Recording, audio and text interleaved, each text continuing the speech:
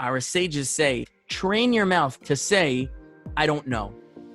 Train your mouth to say the words, I don't know. It's so hard for people to say, I don't know. Nobody could admit they're wrong. Nobody could admit that they don't know something. Our sages tell us, Lamed lashoncha, teach your mouth how to say these words. Practice. Go in front of a mirror and say, I don't know. I don't know. I don't know. It's okay to say, I don't know. It's really okay.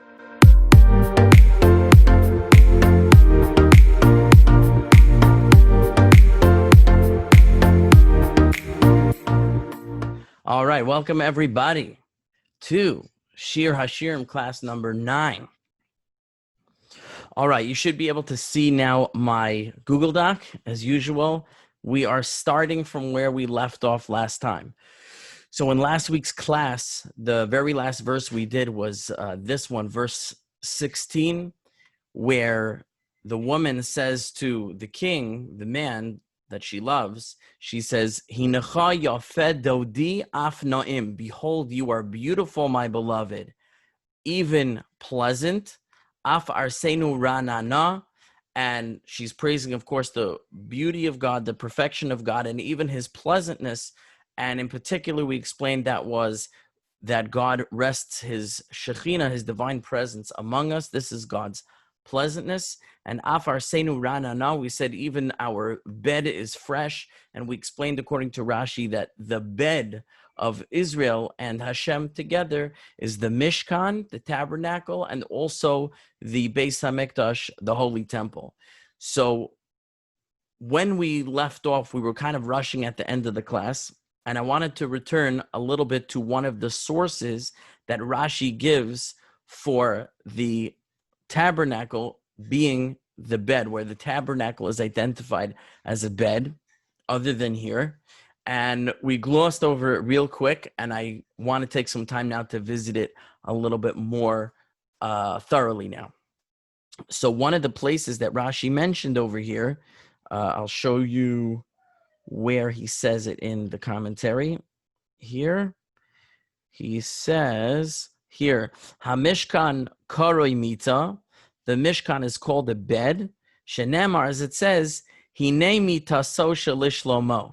It says in chapter 3, verse 7 of Shir Hashirim, behold, the bed of Shlomo.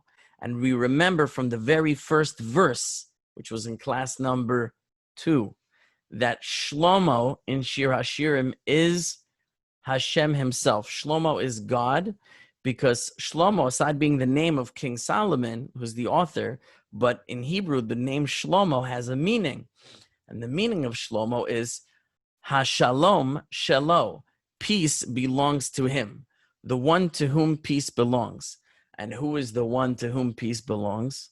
The one to whom peace belongs is the Almighty. So Shlomo in the parable is Hashem. So now in chapter 3, verse 7, we have a reference to the bed of Shlomo. So let's take a look at that section, and it's really phenomenal. It's definitely worth the time. Anyway, since we're going to get to chapter 3 eventually, just think of it as we're skipping ahead now to chapter 3. Tonight we're going to learn a little bit from chapter 3, and we'll come back afterwards to the stuff in between. Here it says like this in chapter 3, starting in verse 6. Now Rashi cites verse 7. We're going to see the verse immediately before and the verse immediately after for context, okay? It says as follows. Mizos ola min hamidbar kisimeros ashan mikuteres mor ulvona mikol avkas rochel. That means Mizos. Who is this? Ola min hamidbar. Who is this coming up from the desert? Kisimeros ashan, like pillars of smoke. Mikuteres mor ulvona. She is burning myrrh, and lavona is another kind of spice. Myrrh and lavona are different spices that were in the incense that was burned in the tabernacle, as we're going to see. Mikol avkas rochel. From all the avka, avak is powder or dust in Hebrew. From all the powders of the rochel is the merchant. She is burning myrrh and lavona among all the powders of the merchant, meaning among all the different spices, the spices which are ground finely into powders and they are burned as incense, we have this person, this woman, Mizos. Who is this woman? She's coming up from the desert like pillars of smoke. She is burning more lavona, these spices, all the different spices mixed together. She's burning incense. Who is this? So take a look at how Rashi explains this verse. Mizos olam min hamidbar. Who is this coming up from the desert? Kishahayisi mahaleches bamidbar. When I was going in the desert, v'haya amud ha'esh, and there was a pillar of fire, v'ha'anan, and a pillar of smoke, holechim lefanai, walking before me. This is Israel speaking. When Israel emerged from Egypt and traveled through the desert, what was it that was going in front of the nation? What went in front of the nation was a pillar of fire and a pillar of cloud. So these are the timeros ashan, the pillars of smoke. Now I want to just take a look at this word timeros. Timeros is from the word tamar. Tamar is a date palm. A date palm is this tall, straight, thin structure. That's why it's the word that's used for a pillar here. Timeros ashan, a pillar of smoke. So what are the pillars of smoke? It's the pillar of fire and the pillar of cloud that went in front of the nation of Israel in the desert. V'horgim nechashim ve'akrabim. This pillar of fire and the pillar of cloud that was traveling ahead of the Jewish people, it would kill snakes and scorpions that were in their path. V'sorfin hakotzim v'habarkanim. And it would burn up the thorns and thistles that were in their path that might harm their feet. La'asos derech mishor, to create a straight path. V'haya he'anan v'he'ashan, there was this cloud and this smoke. V'roin osan ha'umos, and the nations of the world saw this. Imagine in the distance, you see a pillar of fire, a pillar of cloud traveling through the desert. What's going on over here? What is this strange sight? What is this strange occurrence? So the nations are speaking. Who's the one saying, who is this going through the desert like pillars of smoke? It's the nations of the world witnessing the Exodus and declaring this. Umasmihos al gidulasi. They are sort of totally taken aback, aghast, shocked, flabbergasted by my greatness, by this glory. Va'omros, and the nations are saying, and remember that the nations are also depicted as females in the parable of the Song of Songs. And they're saying, Mizos, who is this? Klomar, that is to say, Kama Gidola Hizos. How amazing is this? How incredible is this? Ha'ola min hamidbar, this woman who is coming up from the desert. Kesimeros ashan, like pillars of smoke. Gavoa v'zakuf kitamar, here as Rashi explains, it was tall and straight like a tamar, like a date palm. That's the language of timeros that we explain. Mikuteres, more, burning spices. Says Rashi, al shem anan hakatores. This was said, these words depict the cloud of incense, shahaya metamer me'al mizbeach hapnimi, that would rise up again like a tamar, like a date palm, mitamer. It rose up like a date palm from upon the altar that was within the tent of meeting, the ohel moed, the tabernacle. Inside the tabernacle, there was a small mizbeach altar for the burning of spices. Outside the tabernacle, in the courtyard, outside of the ohel moed, the tent of meeting, in the courtyard was a large altar for the burning of sacrifices. So the incense was burned on the inner altar, and that's what's being referenced over here. The mikuteres more, burning spice. And again, the rochel is the seller of spices, fine. Dust, because spices are ground into dust, all that's fine. Okay, so the introduction to the section is Israel is traveling through the desert. She's got these pillars of smoke, the fire, the cloud, the incense, and the nations of the world are seeing this, and they're like, what's going on over there? Who is this? So now look at what the next verse says. Verse number 7. Hine, behold, mitaso shelish Shlomo. This is the section that Rashi quoted back in chapter 1 when she says, Af arsenu ra'anana, our bed is fresh. And Rashi said the fresh bed is the tabernacle, or specifically the Holy of Holies, but in general, the tabernacle where the divine presence and the nation of Israel join together. So here it is. Hine mitaso shelish Shlomo. Behold, it is the bed of Shlomo. Shishim giborim saviv la. There are 60 mighty men, mighty warriors that are surrounding it. Migibore Yisrael, from the mighty warriors of Israel. So imagine in the parable, you have the king. He's being carried on his bed, on his couch. And surrounding the king's bed is 60 warriors. That is the imagery. But what is the meaning? Mwah, so delicious. Listen to this. Now, you may be familiar with this verse. For those who are accustomed to saying the Shema at bedtime, we observant Jews say the Shema at bedtime. Now, if you open a siddur to the Shema, you will see that there's a whole lot of things to say. At minimum, we say the first paragraph of Shema, Shema Yisrael Hashem Elokeinu Hashem Echad, and the paragraph that follows. However, it's meritorious to say the other parts as well, and there's a lot of verses there that we say as a way of essentially asking God for protection as we sleep at night, one of them being this verse. This is one of the verses that is included with the Shema. Behold is the bed of Shlomo with the 60 mighty warriors around it, and we're sort of calling God to protect our bed where we are sleeping at night. But here, in context, here's what it means. This is Rashi's commentary. Hine mitaso shelish Shlomo. Behold the bed of Shlomo. What is the bed of Shlomo? Ohel Moed. This is the tent of meeting, which is a euphemism for the Mishkan, for the tabernacle.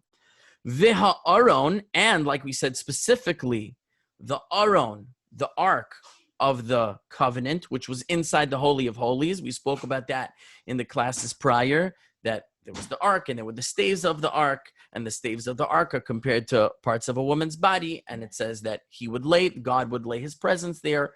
So we're all consistent over here. So it is the bed of Shlomo is the tabernacle, and the Ark, Shehayu nosein bamidbar, that they would carry in the desert. When the Jews would travel in the desert, what were they carrying? They were carrying the various parts of the Mishkan, and they would carry the Ark on poles as they went. So that is the bed of Shlomo that is being carried through the desert. This is the Ark of Hashem. Now, continuing, Shishim giborim saviv la, 60 mighty warriors surrounding it. Who are the 60 mighty warriors surrounding it? It's so perfect. Listen. Shishim ribo saviv la. Shishim ribo means 60 myriads. A myriad is 10,000. So there were 60 groups of 10,000 Jews surrounding the tabernacle, because we know that at the census of Jews, how many Jews were counted, and specifically who was counted. It was the men between 20 and 60 who were of fighting age. They were the warriors of Israel. So when they counted the warriors of Israel, how many were there? Approximately 600,000, which is 60 myriads. So the 60 warriors surrounding the bed of Solomon in the parable is the 60 myriads of Jewish warriors that surrounded the Mishkan and the Ark when they traveled and when they encamped as well. Migibori Yisrael, from the mighty ones of Israel. Rashi explains these are the ones who were counted to go into the army.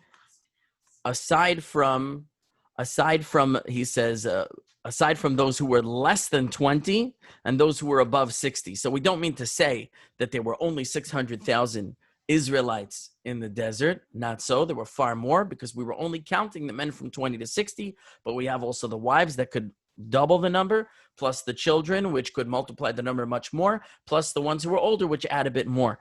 So we had way more than 600,000 people, but the warriors who were counted were 600,000 or 60 myriads. So that's that. Now, that's all we really need to get back to our verse. Here's the bed. I just wanted to bring it in because it's such a beautiful picture.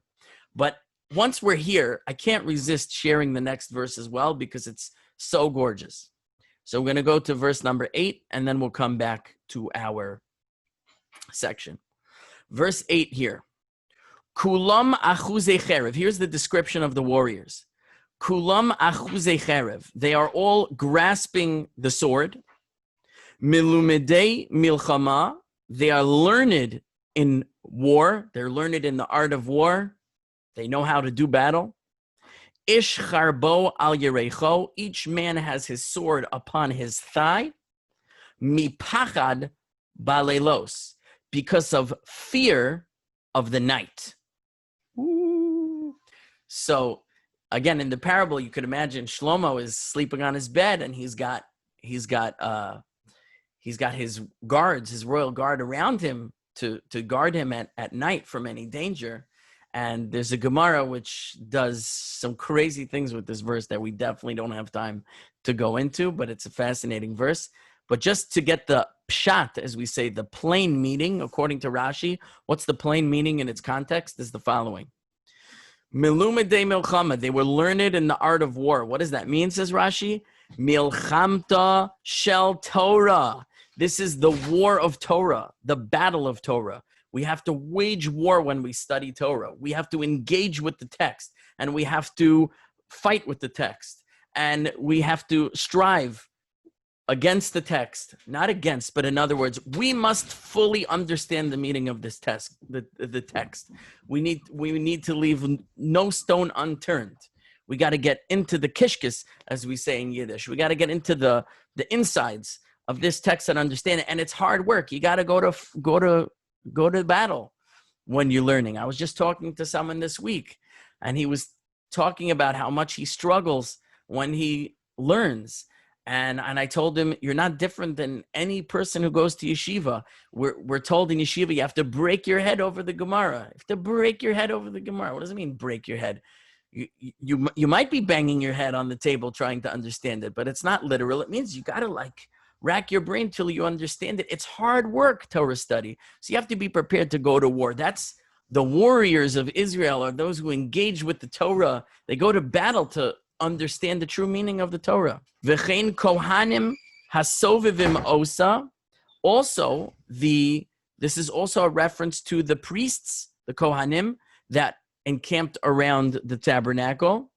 Hachonim stavus mishkan. They camped around the tabernacle. Milumdei seder avadasam. They were learned in the art of the temple service. Now, what does the temple service have to do with war? What kind of a battle are we engaged in the temple service? So we know that the temple service corresponds to prayer. And prayer is also a battle. We also storm the heavens with our prayers. We go to battle with our prayers. We beseech God from the depths of our heart. We fire everything we have. Fire everything. Fire everything! When we want something, want to beg God for something, sometimes there are decrees against us and we need to tear them asunder. Sometimes there are barriers separating between us and our Father in heaven, and we're going to have to batter our way through them. The prayers and the sacrifices as an extension are also a battle. And if you think I'm just making that up, I'm going to just scroll down over here to a verse in Genesis chapter 49, verse 22. Now here, Yaakov, is speaking to his son Yosef when he's near to death. And he reveals to Joseph, his son, that he is going to give Yosef as an inheritance a double portion. As we know that Yosef had two sons, and each of his sons became a full-fledged tribe and inherited a portion of the land of Israel. So Yosef got a double portion. And here is the way that Yaakov expresses it to Yosef. He says, Va'ani nosati lecha, I have given to you, shechem achad al achecha, one portion over your brothers, one additional portion more than what your brothers have received. Asher lokachti, and this portion, or you could say the entire land, I took the inheritance that I'm giving to you, the portion or portions that I'm giving to you and to your brothers as well. I took miyad ha'emori. I took it from the Amorites, which were among the Canaanite nations in Israel. How did I take it from them? Bicharbi uvikashti, with my sword and with my arrows, my bow. Now, where do we find that Yaakov goes to battle to conquer the land of Israel? We don't really find this. Now, if the truth is, if you look carefully, you can find it, that after the episode of Shechem, which is why Shechem is mentioned here, that Shimon and Levi, they slaughtered the men of Shechem through a deceitful act, which they're condemned for. But there is some indication that Yaakov and his sons were then attacked by surrounding tribes to try to avenge the people of Shechem, and they had to battle them off and vanquish them. So that could be what's being referred to here, but not necessarily. As we see, Rashi says as follows. That verse, when he says, Becharbi uvekashti, with my sword and with my bow, I took this land, says Rashi, he chochmaso, this is his wisdom, usvilaso, and his prayer. The sword is a allegory for wisdom. As we see, the men who hold the sword are those who engage in battle with the Torah to achieve Torah wisdom. And the bow is one's prayer. Prayer is depicted as a weapon of war. Because we, again, as I described, we sometimes need to storm the heavens in order to overturn a decree or to achieve what we want. And finally, the Targum here, the Targum is the Aramaic translation of a fellow uncleist that we spoke about before. We're not going to talk about him again right now. The Aramaic translation essentially translates literally the words of the Torah here. But when he gets to the last words, my sword and my bow, he translates as follows, Bitzlosi uvivausi, which literally means with my prayers and my requests, which really it's like two forms of prayer. So the Targum actually understands both references of Yaakov of weapons here to be types of prayer. That it was through prayer that Yaakov was able to receive from God the land of Israel, which he can then bequeath to his sons. So the Targum is even more, he's even more emphatic than Rashi that weapons of war relate to prayer. Rashi relates it to both to wisdom and to prayer. So here we have Rashi doing the same thing over here in verse 7. What did we say? Verse 8, I'm sorry. What did we say? That the 60 mighty warriors with their swords at their sides are engaging in a battle of what do the Israelites do? How do they engage in battle? They engage in battle with Torah. They engage in battle with prayer. Okay. Now, what was, just to move a little more quickly, what was the fear of the night? It says they needed these weapons because of fear of the night. What's the fear of the night? Pen yishkachuha, says Rashi, because if we don't battle to learn and understand and acquire the Torah, we might forget it. We might forget the Torah if we're not constantly sharpening our sword, sharpening our mind with Torah wisdom. And what will happen if we forget it? Then we won't fulfill it. And what will happen if we don't fulfill it? Well, then, v'yavo'u aleihem tsaros, and misfortunes will fall upon them. That is the fear of the night. The fear of the night is the fear of the misfortunes, the calamities which will befall the Jewish people if they do not uphold the Torah. And we know all too well from history that that is exactly what occurred. We know that the period that we're in right now of exile is a nighttime period. It's allegorized as a night period. And we're presently in the 3 weeks leading up to Tisha B'Av, the 9th of Av, when the temple was destroyed, the most mournful part of the Jewish calendar. This week, we're going to commemorate the beginning of the month of Av, Rosh Chodesh, and as we count down then the 9 days, which is an even more intense period of mourning. So we know all about nighttime, and we know all about the misfortunes that occur during the night that is this exile, and that's as a result of our distance from God because of our lack of fulfillment of the Torah. So through sharpening our weapons of the mind with Torah and beseeching and storming the heavens with the weapons of prayer, we can be saved from the misfortunes of the night, hopefully. So I felt this was a worthwhile detour to show you this section where Rashi shows that the mitaso shel Shlomo, the bed of Shlomo, which is the bed of the Almighty, is the tabernacle. This whole section refers to the tabernacle. It's very beautiful. Okay, now we can move on back to chapter 1. Verse 17, Koros batenu arozim rahitenu birosim. Koros batenu arozim. The beams of our home are cedars. Rahitenu, our rahitim, we'll see what that is, are birosim. Birosim is another kind of wood. So our beams are cedar wood and our rahitim are birosim wood. So Rashi says as follows. He says, Shevach HaMishkan Huzeh. All this is a praise of the Mishkan. So to put it into context, if we put it all together, going back now a couple of classes, just to string all the verses together that we learned, we had this episode of she commits adultery at the wedding. That it says, while the king was at his wedding feast, my spice gave off an unpleasant smell. This was her sitting at the wedding feast at Mount Sinai with the golden calf. But we learned that God forgave her. He gave her a new spice, as we learned.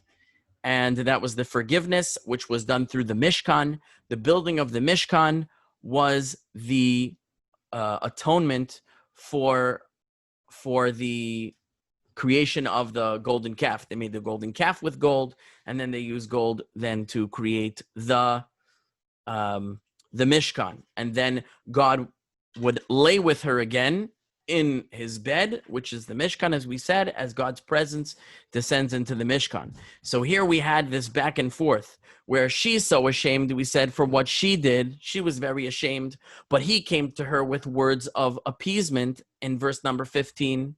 And he said, behold, you are beautiful, my beloved.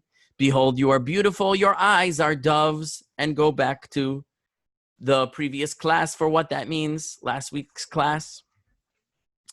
And then she says back to him, what's that? I was just making the reference. The last week's class, we pointed out that was the leaders.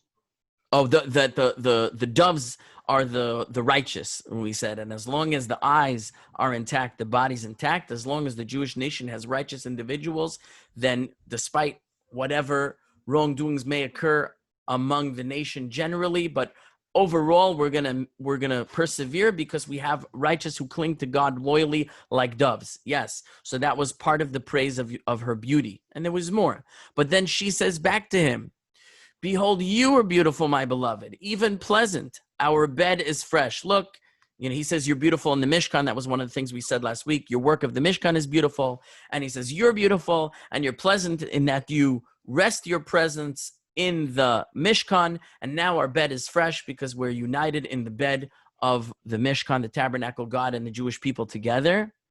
And then we have this last verse, which I just read to you, but here it is with that running up context, is that someone is saying, Koros batenu arozim, the walls of our house are cedars, our rahitim, which, just spoiler alert, Rashi says rahitim is also something to do with the walls. He just says, lo yadati, Rashi says, I don't know. Very few places Rashi says, I don't know, but it's so important. You know, our sages say, Lamed lashoncha lomar eini yodea. It's important for a person to say, Lamed lashoncha. Train your mouth to say, I don't know. Train your mouth to say the words, I don't know. It's so hard for people to say, I don't know. Nobody could admit they're wrong. Nobody could admit that they don't know something. Our sages tell us, Lamed lashoncha. Teach your mouth how to say these words. Practice. Go in front of a mirror and say, I don't know. I don't know. I don't know. It's okay to say, I don't know. It's really okay. Rashi's taking the lessons of the sages. He says, Lo yadati. I don't know what this word means. Okay? He says, I don't know. Im lashon krashim, it either means krashim, which are beams, like vertical beams, o lashon brichim, or it means brichim are like horizontal beams. I don't know if there's a word for it in English, like cross beams. And so he says it's one of those. But either way, he says, now he references a statement of the sages that uses these words. It's a little far afield. I'm not going to go there. But it has something to do with the construction of this edifice, and it's a praise, says Rashi. Shevach HaMishkan Huzeh. This is a praise of the tabernacle, that the walls are cedars and the beams are this other kind of wood. It's a praise of the Mishkan. So who's saying the praise of the Mishkan? Not clear to me. I don't know. Read my lips. I don't know. But there's two possibilities, right? Because in the previous verse, she is saying, you are beautiful, my beloved, even pleasant, even our bed is fresh. So she could be continuing to say, now praising the Mishkan. He praised the Mishkan, and now she praised the Mishkan. But I don't know why she needs to praise the Mishkan. I'm not sure why she needs to do it. So my feeling is, though Rashi doesn't point it out, my feeling is, this is Hashem speaking. He's praising the Mishkan openly, like we had before. You are beautiful. And Rashi says one of the possibilities of what it means you are beautiful is praising the work of their hands in the Mishkan. But here I think it's expressed openly and explicitly. The walls of our house, Batenu, it's like Hashem is saying, you made a house for me. I said I would dwell among you. It's our house. It's our house. We live together. It's not mine. It's not yours. It's ours. This is our home together. So it's like God's confirmation that the work of the Mishkan was accepted is to say, the walls of our house are cedars. They're beautiful, like cedar wood is beautiful. And the beams are beautiful, like this other kind of wood. The praise of the Mishkan, I think this is my personal feeling, is because it goes back and forth. She's like, oh, I sinned. He says, you're beautiful. She says, you're beautiful. And then he turns back to her and says, we're beautiful. Our house is beautiful, right? Now it's us together. But that's kind of how I see it going. It's like her, then him, then her, then back to him. Okay? And that's the end of chapter 1, is they're united in the Mishkan, and it's sort of a happy ending. Now, chapter 2 is hard. I'm gonna be up front with you. Rashi says, I don't know. I could say I don't know too. There's a lot that I don't understand here. So I'll do my best. I'll try. I'll appreciate anyone's help who has some ideas for me, but it's not easy. So let's get into it. Verse 1. Ani chavatzeles hasharon shoshanas ha'amakim. That means I am the chavatzeles of the Sharon. Now, the Sharon is a place. In particular, the word Sharon is related to the Hebrew word yashar, which means straight. It means kind of a flat land, is a Sharon. And she says, I am the chavatzeles of the Sharon. Now, a chavatzeles is a flower. Exactly what kind of flower, I don't know. Rashi says, chavatzeles hi shoshana. A chavatzeles and a shoshana are the same flower. Okay, what is a shoshana? I don't know. Some people might say it's a rose. I don't know. The problem is, whenever you have words in Hebrew that are used in the Tanakh, and then we have a colloquial meaning in modern Hebrew, Shoshana is whatever it is, and this flower is that. It's kind of like we're trying to reconstruct from thousands of years ago after our people has been displaced to communities all over the world, not anymore being able to identify the indigenous species of animals and flowers that were spoken about in the text. It's like whatever we think it is, it might be something similar, but not exact. So I'm not really going to try exactly to define what flower this is.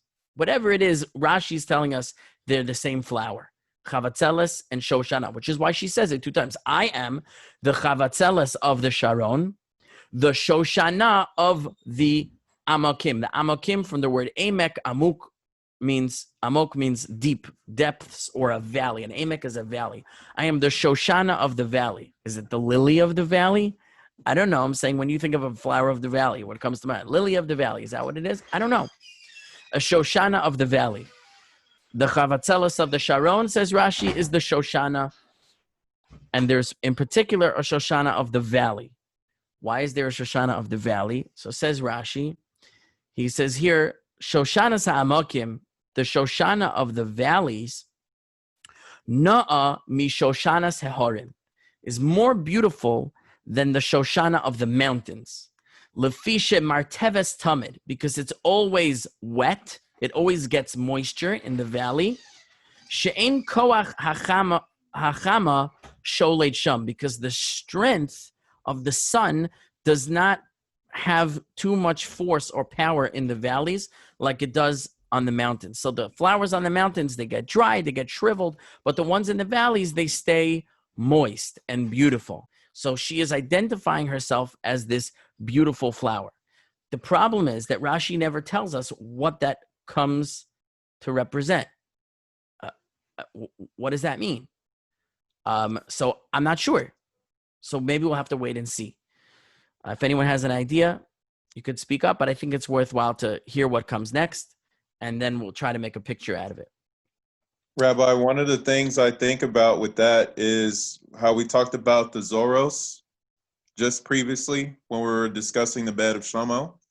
And it's interesting how when we go through troubles and hardships, that actually brings out, like, it's like digging a well within us. Like when it says that Yitzhak and Abraham, they dug out the wells, that was the hard work of digging out what's deep inside of us. And so normally when we go through easy times, everything's just kind of nice and there's not really anything to help us develop and grow. But when we are challenged, that brings out, a more stronger and reinforces our character. Okay, I like what you're saying, and it could fit very well over here. It could fit very well. So let's see the next verse, and maybe that what you said just now will help us understand. So the next verse, verse 2, goes like this. Kishoshana bein ha-chochim kein rayosi bein ha-banos. Like a Shoshana among the thorns. Now, you've probably heard of the expression, a rose among thorns. I think it's from here. I think Shoshana is translated as rose, and could be. Who knows? I don't know. Like a Shoshana among the thorns, so is my beloved among the daughters, meaning among the maidens, as it were. So again, we know from previous, the maidens are the nations. The nations. So my beloved among the nations, like a flower among the thorns. So let's see. Says Rashi. Now, on the surface, you could just say, the flower among the thorns. The flower stands out as something beautiful, and the thorns are these, terrible looking things around it. So you could say, like, in the eyes of God, the nation of Israel is so especially beautiful, and its beauty is maybe brought into powerful relief among the other nations who are idolatrous or engaged in whatever immoral type of acts.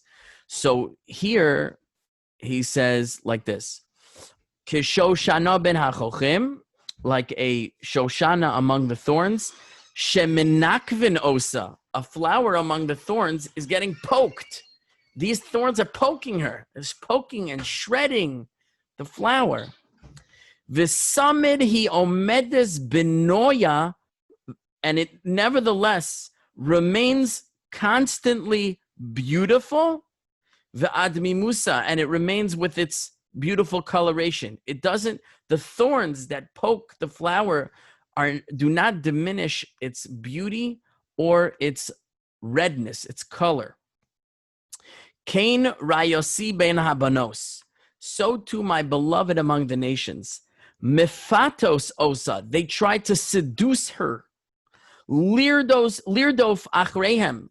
They're trying to seduce her to chase after them. Come with us, young lady. Let us show you the good things to do. Hang out with us. Do the things we do. Be like we are. Liznos kimosam, that she should go astray like they are. That's what they want her to do, and they're trying to influence her. Acharei Elohim acherim. They want to influence her to go after other gods. V'hi omedes be'emunasa, but nevertheless, she remains steadfast in her faith, in her loyalty to Hashem. The flowers the thorns are surrounding the flower and poking. Those are the nations surrounding Israel and trying to dislodge us from our attachment to Hashem. And we remain steadfast, just as the flower's beauty is not diminished, so too the loyalty of Israel to Hashem is not diminished. That's what Rashi says. Now, keep in mind that Rashi lived during, I believe, was the first crusade. And a lot of what we're going to see is this theme of the other nations trying to draw us away from the Torah towards their faith. And Rashi experienced this firsthand in his generation with the Crusades. We know what the Crusades were. So he's putting the Jewish experience into the words of Shir HaShirim, which Rashi holds is what Shlomo was actually alluding to through his divine inspiration of the future. He knew what the Jewish experience in exile was going to be. Rashi, in his introductory statement, says Shir HaShirim is the story of the Jewish nation in exile, pining away and remembering the good times when she was together with Hashem and lamenting the difficult times when she's in exile. So maybe if we reflect back now over here of I am the flower of the Sharon, I am the Shoshana of the valley. So Rashi brings a distinction. You know, there's flowers up on the mountain that are dried out and they're not so beautiful, and there's flowers in the valley that are always beautiful because they remain moist all the time. So maybe that is the comparison here with the flower among the thorn. Now it's interesting because that's a flower among flowers, and she says, "I am the beautiful moist flower, not the dry ones that are out there in the valley." Here he says she's among thorns, and the thorns are the nations. So what are the other flowers? What are the other flowers? Now we're short on time, so I wanna say this last idea, which I'm gonna be very honest with you. I just thought of it now because in my preparation I struggled with this, and I really wasn't sure what to do with the flower in the valley versus on the mountain. Like what is she expressing? So I'm gonna share the following idea, which just came to me now. Ready? Rabbi Akiva was one of the great sages of Israel. I think this is going to be the end, the story, and then we'll take questions and then we'll stop. Rabbi Akiva was one of the great sages in Jewish history who lived during a time of great persecution against the Jewish people by the Romans.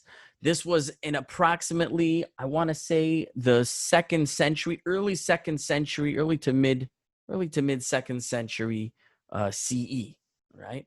So there was great persecution of the Romans towards the Jews at that time. And among the persecutions was that teaching Torah publicly was forbidden on pain of death. If a rabbi would be caught teaching Torah publicly, he would be executed. And there were those who cooperated with the Romans, and there were those who defied the Romans. And both of these were among the rabbis. There was rabbis who said, listen, it's too dangerous. You can't put your life on the line for this. There were other rabbis who said, I'm going to continue to teach Torah no matter what. Now, Rabbi Akiva was from the second group. And Rabbi Akiva had a relative, if I'm not mistaken, it was a relative, maybe a nephew, I'm not sure. His name was Papas ben Yehuda. Papas ben Yehuda, you can hear from the first name, Papus, P-A-P-U-S. In Hebrew, it's Pe-Pe Vav Samach. It's not a Jewish name, right? But it's ben Yehuda. He's the son of Yehuda. So here was a Jew who had assimilated to become like the Romans, and he had abandoned the Torah's ways. And he was saying to Rabbi Akiva, why are you endangering your life like this? You're being a fool. If you'll act like me, you'll be set free. You can do whatever you want. Act like the Romans act. They'll leave you alone. They'll praise you. They'll honor you. They'll reward you. But to go the way you're going, not only to remain loyal to the Torah, but to teach it, you're putting yourself into great danger. It's very foolish. Why are you doing this? So Rabbi Akiva says to him the following parable. It's very famous. He says, let me tell you a story. There was once a fish, and this fish was swimming down a narrow channel of water, a narrow stream. And on either side of the stream, there were fishermen on either side, and they were casting their nets into the stream. So as the water flowed down and the fish flowed with it, the fishermen are casting their nets and they're catching fish. Some fish are getting through, some fish are being caught. And this fish is getting closer to the gauntlet of fishermen. And suddenly, as he's getting closer to the danger, he hears a voice from up on the riverbank and says, hey, fish up here. And he looks up and he sees a fox. And the fox says, I have a plan for you. Listen to me. Listen to me. I'm going to save your life. If you keep swimming, you're going to get caught by those fishermen. They're going to kill you. But I know one place they're never going to look for you. They're never going to look for you in the forest. Never going to look for you in the forest. Jump up onto the riverbank. I'll flip you onto my back. I'll take you into the forest where I live. They'll never find you there. You'll be totally safe. What do you say? So the fish replies to the fox and he says, oh, fox, they told me you were the slyest of all creatures. They told me you were clever. They told me you were cunning. But I see that you are the most foolish of all the creatures. Because listen, I'm a fish. I live in water. I breathe in water. If I leave the water, I will surely die. If I continue in the water, you're right, it's dangerous. You're right, there's a good chance that something terrible could happen to me. But it's my only chance for survival. My only chance for survival is to remain in the water. If I leave the water, I'm dead for sure. Says Rabbi Akiva, the parable is, the Jewish people are the fish. The Torah is the water. The fishermen are the Romans. And they're looking to hunt the Jews in the Torah. If you're going to remain loyal to the Torah, you're going to teach the Torah. We're going to catch you. We're going to kill you. So you, Papas ben Yehuda, you're the fox. And you say, Akiva, come out onto the dry land. Come out of the water. It's safe over here. Says Rabbi Akiva, the life breath of a Jew is the Torah. If we stick with the Torah, it's true we have our enemies, but we have a chance of survival. But if we leave the Torah, we're dead already. We're dead already. So this is what I think is going on. Again, I just came to me. This is what I think is going on. I'm the flower of the valley. I'm in the valley, says Rashi, where it's moist, where the Torah is. That's where I am. But the other flowers, not the nations of the world, but the fish who go up onto the shore, the flowers that grow on the mountaintops, they leave the valley, they leave the water, the moisture of the Torah, and they go onto the mountains to go grow in someone else's pasture, someone else's land. They dry out. The sun bakes them and they dry. I'm the one that stays in the valley. I'm the fish that stays in the water. I'm the flower that remains loyal to Hashem in the wetness, the moisture of the valley. And that's maybe what he says over here, that despite the pokings of the thorns, the flower remains in her beauty as the Jews remain loyal to Hashem despite the prodding of the nations to take us away from the Torah. That's That's kind of where my mind goes with it. So here, the ones who take the easy way out, those flowers are not as beautiful as the one in the valley. The one in the valley. They go out like the fish goes out of the water and they shrivel. But the one that remains in the valley, that's the one that remains in its beauty. So maybe that's like you're saying, that even despite the travails, that could bring out the beauty within. That's the depths, like you said. It's the flower of the depths. It brings out the beauty from within. So that's how I would like to bring it all together. And we're just about out of time, so we'll pause here. I will take any questions. Can we look at that phrase, beautiful, my beloved is beautiful among the daughters? Yes, let's look at it. Let me share my screen again. Shoshana bein hachochem, like a Shoshana among the thorns. Kain rayosi bein habanos. So too is my beloved among the daughters.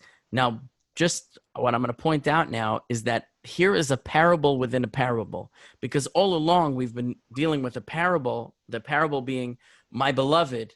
When he is speaking, my beloved is Israel. When she's speaking, my beloved is God.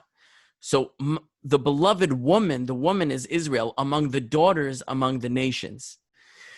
Within the parable, he's saying, my daughter among the nation can be allegorized as a flower among thorns. So the flower among thorns is the parable for the daughter, for the beloved among nations, the beloved, among daughters. The beloved among daughters is yet a parable for Israel among the nations.